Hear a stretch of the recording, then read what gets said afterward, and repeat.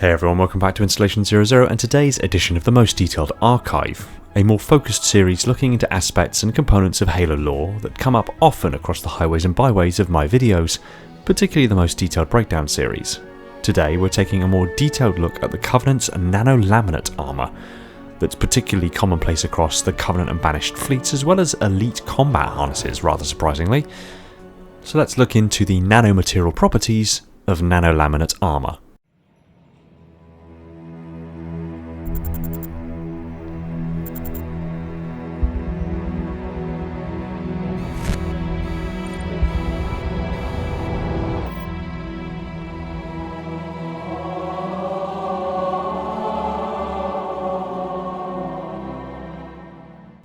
Covenant ships have always been significantly more resilient than their UNSC counterparts, owing mainly to the Covenant's advanced energy shielding capabilities. However, even when Covenant ship shields have been sufficiently drained to drop completely, the hull material of the ships is remarkably stronger than even the UNSC's most advanced Titanium A battleplate. As such, the Covenant employ this material on most of their starships as well as on their fighters and even combat harnesses for the elites. This specialist armor plating is called nanolaminate alloy or nanolaminate plating. The armor possesses an opalescent sheen and can range in color dramatically based on the composition of the surface of the plating, but we'll cover that shortly. The plating is immensely strong, able to shrug off most UNSC weaponry completely. Though there are some very powerful weapons in the UNSC arsenal that do have the ability to damage the plating, and they often have to be employed in overwhelming numbers or in tandem with other powerful weapons volleys to stand a chance. For example, generally speaking, MAC rounds fired from ships are generally used to drop the shields of Covenant vessels, with some of the larger caliber MACs capable of punching holes clean through the armour. However, once the shields are down, volleys of Archer missiles are often used to severely damage the plating. However, it is also entirely dependent on the thickness of nanolamina in use at that time.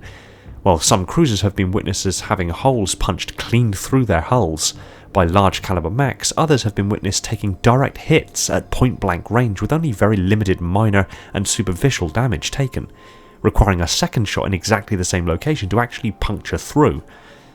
Again, this is likely attributed to the thickness of the armour at any given point of contact, and this is also dependent on the class of the vessel, though it is known that the Covenant flagship, the Ascendant Justice, a rumour pattern light carrier measuring 3,000 metres in length, sported nanolaminate armour plating over 30 metres thick. Nanolaminate armour is also extremely resistant to heat.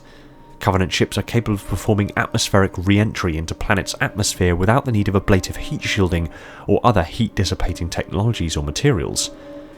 The material is also capable of maintaining its material properties even under intense pressure gradients and temperatures simultaneously. The Ascendant Justice was commandeered and piloted into the atmosphere of the gas giant Threshold. While the carrier's shields were active, this still didn't mean that the hull plating was entirely safe from heating. During the manoeuvre, the hull plating was heated to over 300 degrees Celsius, with no structural damage presenting, despite also undergoing immense stresses and the rapid change in pressure gradient, turbulence and strain caused by the gravity of the massive planet. The hull plating ultimately reached over 1700 degrees Celsius, and resulted in only very minor tearing of the hull plating itself. At this temperature, titanium would already be molten, meaning that any UNSC ship performing this same manoeuvre would have melted, while the armour of the Ascendant Justice only experienced minor damage, as previously mentioned, but also noticeably softened the superstructure in areas of particularly high thermal loading. The nanolaminate armour is built, unsurprisingly, by a technique called nanolamination, but first, in order to do this, you need to take a material upon which to nanolaminate. Since the Covenant tend to be imitative in their technological progress, generally adapting foreign technologies for their own needs, it stands to reason, since very few other known metals have been recorded in use by the Covenant, that the substrate material that would be used for the nanolamination would be a metal the Covenant found in proportionally large amounts within foreigner constructs, and since the Covenant do not possess the ability to create smart materials, exotic self-repairing polymetalloids, or hard light constructs that foreigners took in their stride, this leaves the list of possible substrate materials surprisingly short.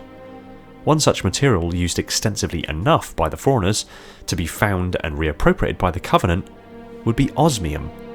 Osmium has a blue-grey tint. It is a hard but brittle metal that remains lustrous even at very high temperatures.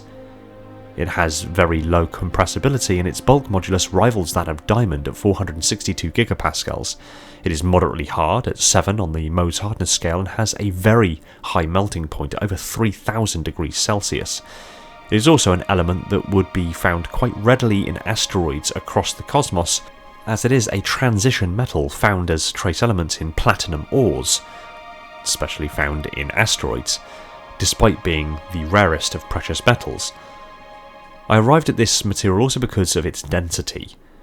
It's actually nearly twice the density of lead, and narrowly denser than iridium, and ships like the CAS-class assault carrier, which rivals the UNSC Infinity in size, tend to be twice the mass. I'll amend this if new information becomes available, but I think that's a pretty good shout. That two ships of roughly equal size only really differ in that the Covenant version is nearly twice as heavy.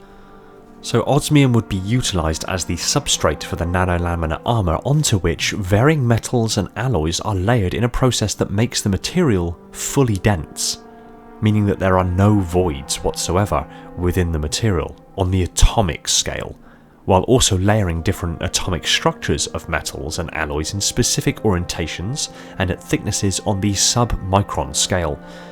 This allows the nanolaminate to be grown atom by atom, using advanced deposition techniques that are designed with different stacking sequences and layer thicknesses to impart extremely specific materials properties and characteristics that would ultimately be expressed in the final material.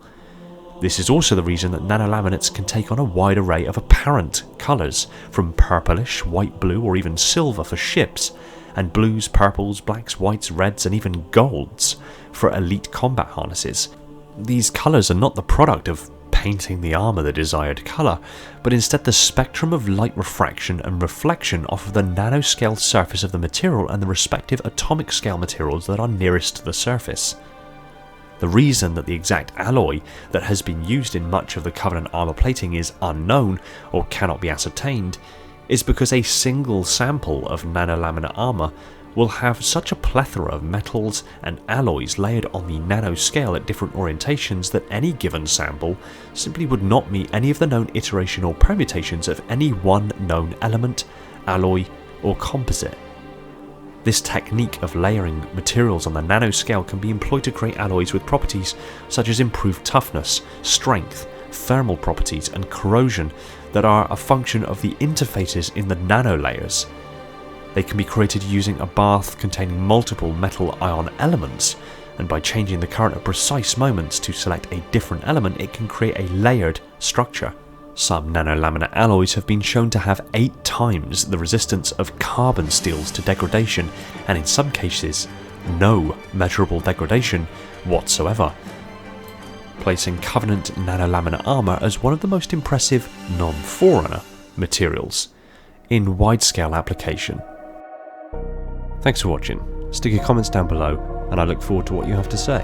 And quick shout outs and thank yous to my patrons: Spartan10148, my devastatingly effective Metarch class ancilla; Silver Spartan, Leon, Ram, Prophet Bear, and Irrefutable Justice, my ever-vigilant monitors; the careful tending of Alvin, Andrew, Brian, Cameron, Darian, Devon, Phantom, Flaming Halo, Cabal, Legions Lost, Michael, Spartan0137, the Cave Potato, and Wolf Eclipse, my sub-monitors, my growing fleet of Strato Sentinels, and my most loyal of enforcers, and all my awesome Sentinels, Sentries, and Constructors who have jumped aboard on Patreon to help support the channel.